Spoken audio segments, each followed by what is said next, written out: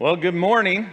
It's absolutely wonderful to be with you this morning. I always appreciate being able to be with the group here, Temple Terrace, especially on the teen weekend. And I was pretty excited that this is I think the fourth or fifth time we've done the teen weekend over the past couple of years. And we had, of course, as Don was saying, there's things that you missed during the pandemic, and during the pandemic we missed doing the teen weekends. So we're very, very excited that we could bring it back and organize it again this year, and definitely want to say thank you to everyone who was involved in that. The way the teen weekend works is I teach a few sessions, but then we also have members of the congregation sit in on question and answer panels, and they get to participate in that way so the teens can get to know some of you, you can get to know the teens, and then there's also people who are working very hard behind the scenes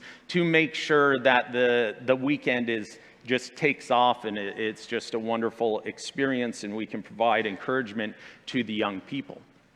And so I want to thank everyone who was involved in that, behind the scenes, in front of the teens, and with a big group like this, I know that there are many more people who want to be involved in it, but we can only have so many people scheduled in each one, and so we gave a turn to some new people this year, and if you are interested in participating the next time, please make sure that you speak with me about that. I would love to organize that with you and get you to participate.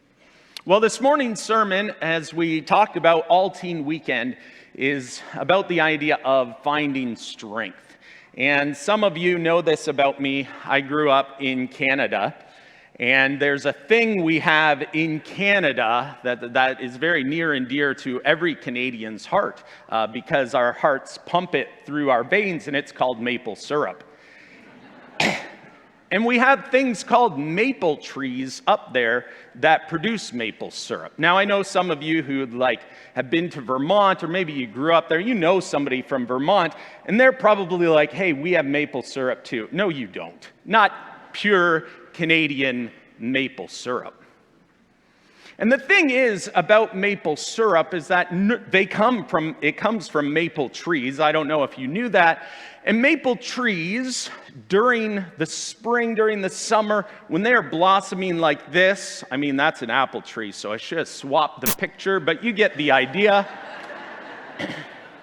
No maple tree is out there producing an apple.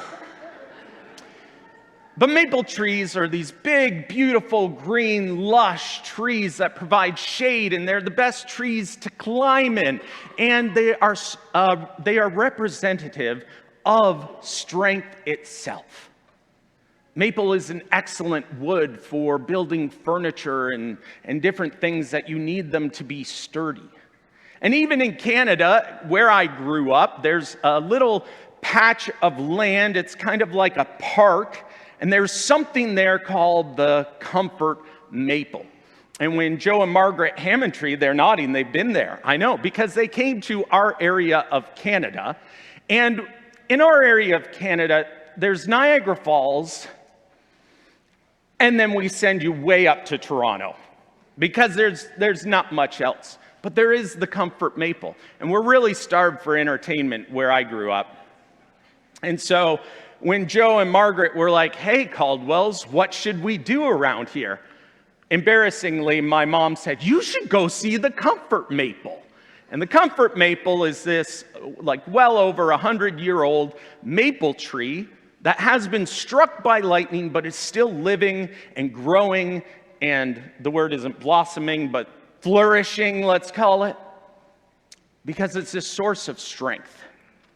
And it's representative of strength. And it's called a comfort maple because it's been there so long. And the people who go to see the comfort maple, aside from Joe and Margaret, who did not appreciate it, they see this as a source of strength, of evidence of power through adversity, of power through longevity.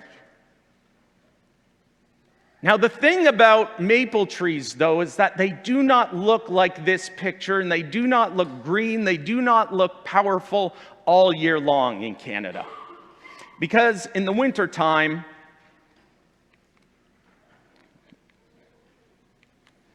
they look like this. They look like they aren't alive. They are frozen over. They have no leaves. They look like, if the farmer or somebody was to go out and take a look at that tree, if a city person were to go out and look at that tree, they might be like, oh, it's dead, let's chop it down. But the beautiful thing about maple trees is that they are just lying dormant at that time. That they have the ability to grow.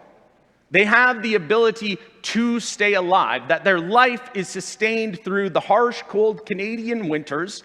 And it's really in the springtime, even before the leaves start reappearing, that their insides start flowing, and that's when we get maple syrup.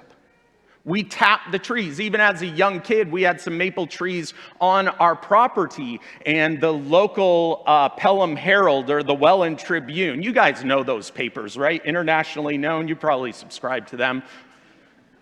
They came out and they did a story on us Caldwell kids for tapping our maple trees and draining out the sap and then boiling them down and making maple syrup.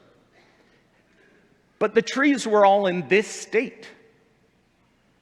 And it's kind of this riddle, it's kind of this conundrum that even when they don't look strong, they are able to provide a source of strength to others. The life-giving blood of maple syrup for good Canadian boys and girls. And so the message that I'm bringing today about finding strength is not that we are always going to feel strong and be able to provide it to others. And that we're not always going to feel strong in ourselves. There are going to be moments in our lives where we don't feel strength at all. We feel extremely weak.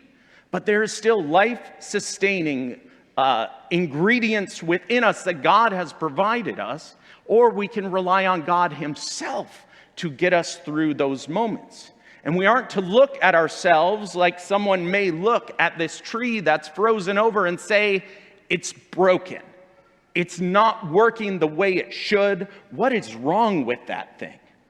But to know that God is still there providing life for that.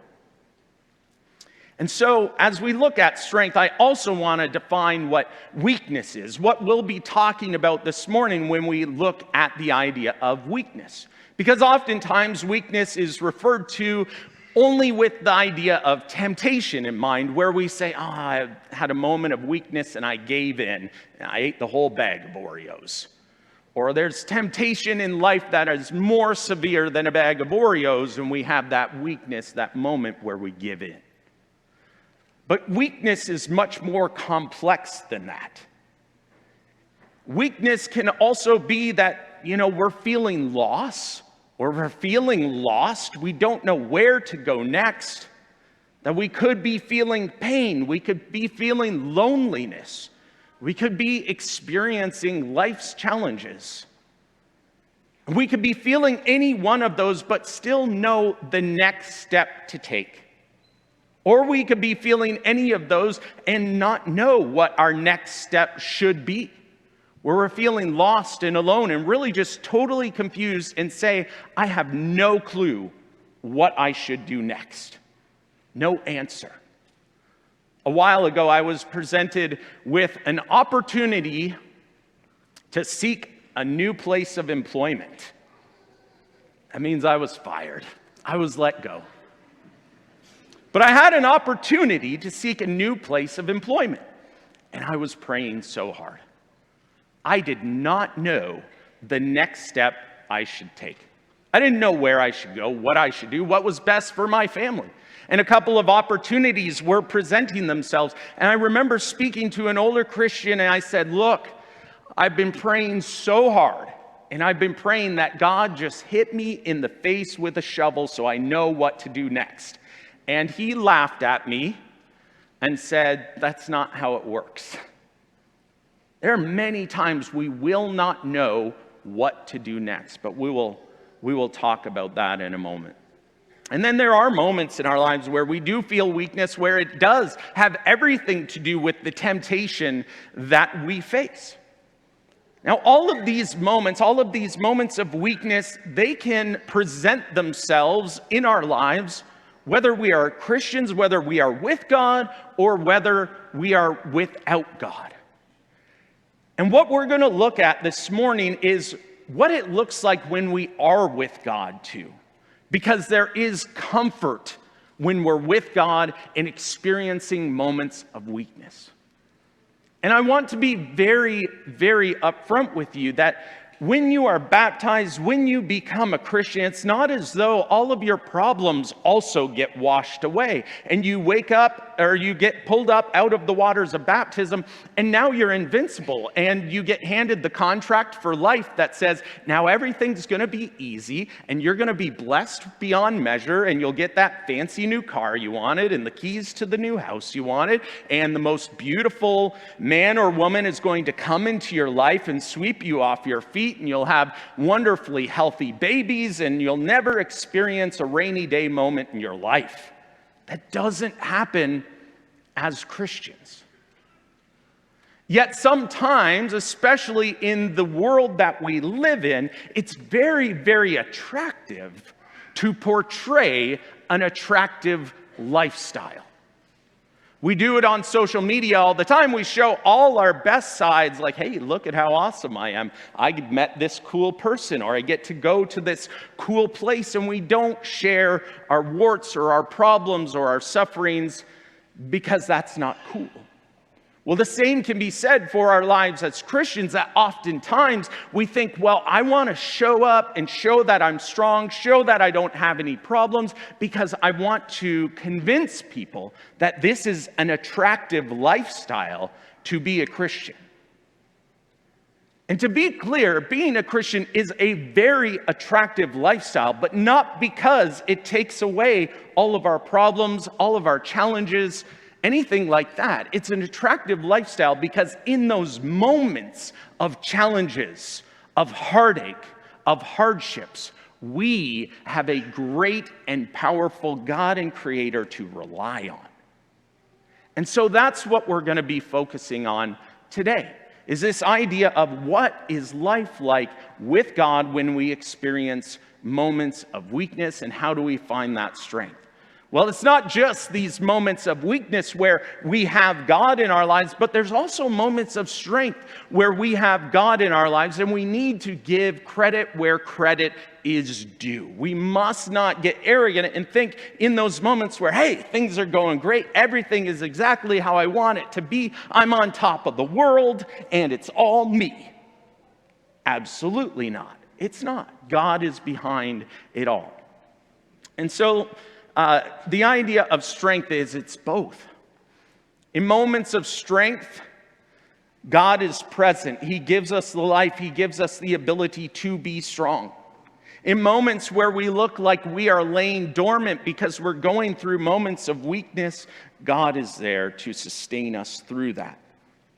How many of you have ever read the poem Footprints? Where it talks about, two sets of footprints walking in the sand, and then all of a sudden, the author is saying, hey, then I noticed, God, that, you're beside me when things were good, and then there's only one set of footprints there in the sand in those moments that I'm struggling. And the answer is, well, it's those moments that I carried you, that God takes us through those moments. Now, those of you who raised your hand, you said you read that. I just also interested to know how many of you read it in like a framed photo in somebody's bathroom. I don't know why people put it in their bathrooms. That's disturbing to me. It should be in a more prominent area of your home. Maybe it's like you look in the mirror and you're like, I am doing rotten today. And then you see the footprint poem and you're like, not too bad. All right, here we go. I can face the day. Well, probably the most famous passage to do with strength is Philippians 4:13. And what I want to say is the title here is, with God in all things, we have strength. And we're going to go through that wheel that I just showed you on the last slide and show in different areas, even when we are weak but know the next step, when we're weak, we don't know the next step. when we're tempted, or even when we feel strong, that it's God in all things providing us with strength to be able to handle those moments and get through them. And so this passage, Philippians 4 and verse 13, it says, I can do all things through him who strengthens me. Now, I think that, almost every preacher that would get up here would share that, this passage is very much abused. Because so many times this passage is used and associated with really lame things, like winning a basketball game. I can do all things through Christ who strengthens me. I mean, winning a basketball game, that's cool, that's great. I am happy for you. It's amazing, wonderful. But it really minimizes the power that God really establishes in this, because Paul isn't talking about hobbies or interests in having success on like getting an A on a test or anything like that.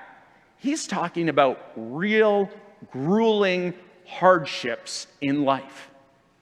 The context that he says, I can do all things through him who strengthens me, is where he's talking about, I know what humble means. I know what it is to be humbled, to have everything stripped from me, but still know I can get through it with strength. I know what it means to go hungry.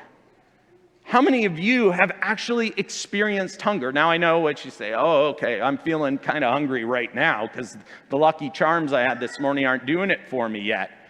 I get that, we feel hunger, but to actually go hungry where you do not know where your next meal is coming from. We're so blessed in this nation that seldom, we do not have to even sacrifice a meal in order to share a meal with somebody. We are so blessed that we can say, you know what, we're going to give somebody this meal, and then you go home and you still get to eat. But Paul's coming from a perspective of knowing what it means to go hungry. He also talks about it from a place of abundance. That's where we would think, it's easy to feel strong when we have abundance because we're like, look at all my stuff. I'm doing A-okay. But even in abundance, there can be the temptation to be arrogant. But what he's talking about is being strong enough to see that abundance is not from him. And also he talks about being able to deal with suffering. In that context, when we look at the struggles that we go through in our lives, then we can match up this phrase to those moments in a lot more of a realistic way and in a powerful way than just winning a basketball game or something to the like. Now, what was the perspective that Paul could speak from? If we go to 2 Corinthians 12, beginning at verse 7, and this was our passage this morning, where Paul begins the chapter in verses 1 through 6, where he's talking about how he has the right to boast because heaven opened up and appeared to him in a vision on the road to Damascus, where he was told, hey, Paul, or he was Saul at the time, you're finding it hard to kick against the goads. You are going against God and Jesus Christ themselves, and you need to change. And he was struck with blindness. And then he went and he was baptized. He received his sight back. And so he's coming from a perspective of having actual divine revelation, being spoken to from the Most High. And so in the first few verses, he's talking like, hey, I could boast. I could brag about this. I could come to you and say, hey, I am coming from a place of importance because I received a vision from God himself. And so I am special and I am delivering a message to you. And what he says here, though, is he could boast, but he does not. It says in 2 Corinthians 12, verses 7 through 10, because of the surpassing greatness of the revelations, for this reason, to keep me from exalting myself. Concerning this, I implored the Lord 3 times that it might leave me. He's talking about this thorn in the flesh, this weakness that he has. And what does it say, though? In verse 9, it says, he has said to me, my grace is sufficient for you, for power is perfected in weakness. Most gladly, therefore, I will rather boast about my weaknesses so that the power of Christ may dwell in me. Therefore, I am well content with weaknesses, with insults, with distresses, with persecutions, with difficulties for Christ's sake, for when I am weak, then I am strong. Paul starts speaking in a riddle here. When I am weak, then I am strong. How is he able to say that when I am weak, then I am strong? It's because he knows that physically Paul himself is the weak vessel, but the strength is coming from God through him. And because he is the weak vessel, he can only have the insight that this power is not coming from him, but it is coming from God. And how blessed are we when we gain that perspective? Sometimes it takes experiences in life and we learn the lesson way too late. And we look back at all these moments in our life where we're like, oh, I should have got that back then. I missed that lesson. But what he is saying here, when he looks to God to relieve him of the weakness he's experiencing, God says, no, my grace is sufficient for you, for power is perfected in weakness. He calls on Paul to continue on, to put his faith in God, even though Paul thinks the next step should be a healing, a relief from this thorn in the flesh. But that's not the next step that God gives him. The next step God gives him is, you're going to endure this and still rely on me. And then he says, therefore, I'm well content with weakness. It goes beyond the thorn in the flesh for the weaknesses that he then continues to experience. Distress, persecutions, difficulty for Christ's sake. When I am weak, then I am strong.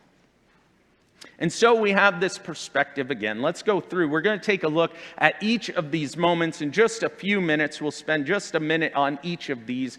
The idea of being weak and knowing the next step we should take. Being weak and the next step being unknown. When we are tempted or when we are strong. The idea of being weak, but knowing the next step that we should take. If we're going through a moment of loss, or we feel lost, or we just know that we don't have all the answers, but we can see what the next step should be. There are moments in our lives, and every adult in this room can think of moments in their lives where they were going through a hardship, they were going through a struggle or a challenge. It was hard work, but they knew the next step they needed to take, and it was hard, but they were able to do it. In Isaiah 40, verses 28 through 31, it's talked to us in this way, that God can actually fill us with strength. That there are moments in our lives where we can rely on God to give us the power to be able to accomplish something, and we can take that next step that we know we should take. In Isaiah 40, verses 28 through 31, it says, have you not known, have you not heard? The Lord is the everlasting God, the creator of the ends of the earth. He does not faint or grow weary. His understanding is unsearchable. He gives power to the faint, and to him who has no might, he increases strength. Even youths shall faint and be weary, and young men shall fall exhausted. But they who wait on the Lord shall renew their strength. They shall mount up with wings like eagles. They shall run and not be weary. They shall walk and not faint. Now, in this passage, I absolutely love this passage. It's probably one of my favorites in the whole Bible, because it shows us that God doesn't falter. He is never weak. And so we can rely on him, and as it says in the last part of this verse, that he will renew our strength. That he can actually fill us up with the ability, the power, the strength to go through and take that next step that we know we need to take. But there are moments where we don't know the next step that we should take. And we feel weak, we feel lost, we are confused. The future is unknown. As I was sharing before, where I was like, I don't know what I should do for my job. I just wish God would hit me over the head and tell me this is the thing you should do. This is the right next thing you should do. And I think that, maybe it's only me, but I think that maybe a lot of us are obsessed with being able to choose what's the right thing in this. Well, there's moments in our lives where it's not right or wrong in the sense of morality, but there are moments in our lives where we have a decision where we get to thinking that if we choose a certain path, it will either lead to great success or great wonderful things will happen. But if we choose the wrong thing, then we will go down a path of disappointment and struggles. But that's not how God wants us to view any moment or any opportunity that we face in our lives. He wants us to see that no matter what we do, we can be faithful servants to Him. As Paul described on the first passage we talked about today, I can do all things through Him who strengthens me. That Paul, or God, didn't want Paul to think like, okay, if I choose door A, then I'll never be hungry again in my life. If I choose door B, I'm going to be hungry tomorrow. He wanted Paul to know that no matter what you do, you can be content in all things. You can serve me in all things. So there are moments when we don't know that next step to take. We don't know which door, which path to go down. But God gives us wisdom in order to have confidence and be able to be carried by Him through that. That we don't have to rely on our own strength, but we can rely on God's. We can have, it's kind of freeing to know that we could have zero idea in what we need to do next, but know that we can still rely on God. And if you're talking to any adult in this room, there's going to be a million times in their lives where they readily admit, I had no clue what I was supposed to do next. But I just knew I needed to maintain my faith in God. And that's what got me through that next moment. The verses to look at here are Isaiah 41:10. It says, "Fear not, for I am with you. Be not dismayed, for I am your God. I will strengthen you. I will help you. I will uphold you with my righteous hand." It doesn't say in here, I will give you all the exact answers. I'll give you the crystal ball so you can see into your future and know exactly which stock picks to grab. In Ephesians 6:10, he says it this way, "Finally, be strong in the Lord and in the strength of His might." Don't rely on ourselves. Don't be confident in ourselves to think like we have all the answers. And what a freeing moment when we can say, you know what? We wake up and we say, I have no clue where I should go to school. I have no clue what I should do for my career. That's a-okay. If we do say, but I trust in the Lord and I trust in the strength of His might. Or it may be that we just say, you know what? I am taking this next step. I do not know how it will turn out, but I am trusting in the Lord and in the strength of His might. And I will put my faith in Him, not in myself. In Psalm 73 and verse 26, it says it this way, "My flesh and my heart may fail, but God is the strength of my heart and portion forever." That we can rely on God as the source of our strength and we don't have to rely on ourselves. Well, with God in all things, we have strength. When we are tempted, God provides a way for escape as well. It says in 1 Corinthians 10 and verse 13, "No temptation has overtaken you is not common to man. God is faithful, and He will not let you be tempted beyond your ability, but with the temptation, He will also provide the way of escape that you may be able to endure it." Now, one of the things about temptation and how clever the devil is that he's going to present the same temptation in your life over and over and over. And oftentimes we get to thinking, okay, well, how do I finally overcome it? How do I defeat this temptation? Well, this verse doesn't put that pressure, that level of pressure of that finality of having to defeat the temptation on us. Because sometimes we can't defeat the temptation. It says, but we can escape it. And there are going to be moments over and over and over in our lives that we must escape it. And to have more confidence in God and what He is providing to us in those avenues of escape to avoid it. And then to not put any pressure on ourselves to think like, oh, it's within me to overcome this or defeat this temptation once and for all. The idea is that we don't have that power within ourselves. But if we look at John 16 and verse 33, it says, I have said these things to you that in me you may have peace. In the world you will have tribulation, but take heart, I can overcome the world.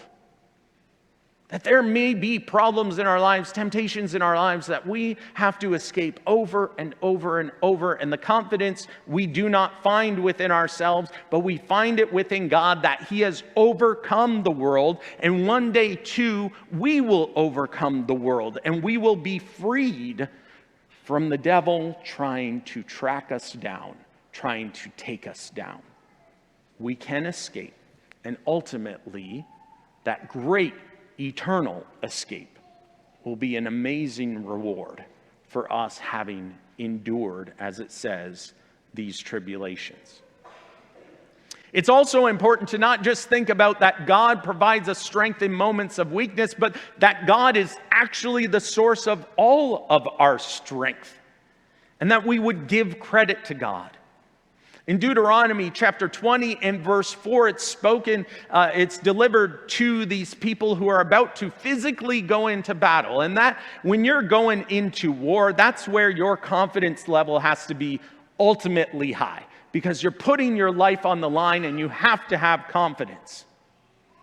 And in those moments of adversity, when their lives are on the line, this is the way it's described. For the Lord your God is He who goes with you to fight for you against your enemies, to give you the victory. I've seen the movie Braveheart. I've seen those battle sequences where, that they have to get each other psyched up to go into battle. And they have a lot of confidence in themselves. They have this feeling of power that I am going to be victorious. And the temptation is sometimes to think that it lies within us alone. And that's not the truth. Even in these moments of battle where people would have to have the highest level of confidence in themselves to not only defend their lives, but to overtake the lives of their enemies, it is God who gives them the victory. The New Testament talks about it in this way, and it's more of a psychological approach to us to understand that we are not doing it ourselves. That when we have strength, it says in Philippians 2 and verse 13, for it is God who works in you, both to will and to work for His good pleasure. That even in moments when we're able to be strong, it is vitally important that we give credit to God, to remember that with God in all things we have strength. But finding strength is a journey. And this is the invitation part of the lesson. This journey to finding strength, it begins by understanding we first need to change. In Romans 6 and verse 4, it says, therefore we have been buried with Him through baptism into death, so that as Christ was raised from the dead through the glory of the Father, so we too might walk in newness of life. If you are not yet a Christian, you need to be. Because you are going to encounter in your life those moments of weakness where you kind of know what you should do next. And maybe that's one of those moments right now where you're hearing this passage, you heard this lesson this morning, you've been studying the Bible, and you realize, I know my next step is to be baptized. Well, you can find that strength within the Lord to take that next step. Or there may be those moments in your life where you don't know what it is the next step you should take. Well, finding that strength is a journey. There's also a necessity to discover God's given purpose. In Ephesians 2:10 it says, for we are His workmanship, created in Christ Jesus for good works, which God prepared beforehand so that we would walk in them. It doesn't just begin and end with us being forgiven of our sins and then saying, okay, I have my sins washed away, I am strong, I am powerful, and the rest of my life is going to be a piece of cake. It doesn't work that way. But we must give credit where credit is due. God created us and he created good works that we should walk in them. It is a lifetime of service, of being his vessel, of being filled up with his strength so that we can enact his purpose for our lives. And then there's a responsibility for us to also grow in understanding God's word. In Hebrews 4, verses 10 through 12, it talks about the word of God being living and active and sharper than a two-edged sword, piercing as far as the division both of soul and spirit, of joints and marrow, able to judge the thoughts and intentions of the heart. It needs to be that we study and understand the Bible, but it doesn't stop there with being good Bible students. In Hebrews 5 and verse 14, it continues on to say what a mature person who studies the Bible will do. It says, who because of practice have their senses trained to discern good and evil. That we would put the things that we learn in God's word to use. That we would act them out in our lives. And then also that we would build our life entirely on the Lord. Matthew 7, verses 24 and 25 says, therefore, everyone who hears these words of mine and acts on them may be compared to a wise man who built his house on the rock. And the rain fell and the floods came and the winds blew and slammed against that house, and yet it did not fall, for it had been founded on the rock. If you have not yet begun to find strength in the Lord, I invite you to do so this morning, to come forward, to be baptized for the forgiveness of sins as we stand and sing.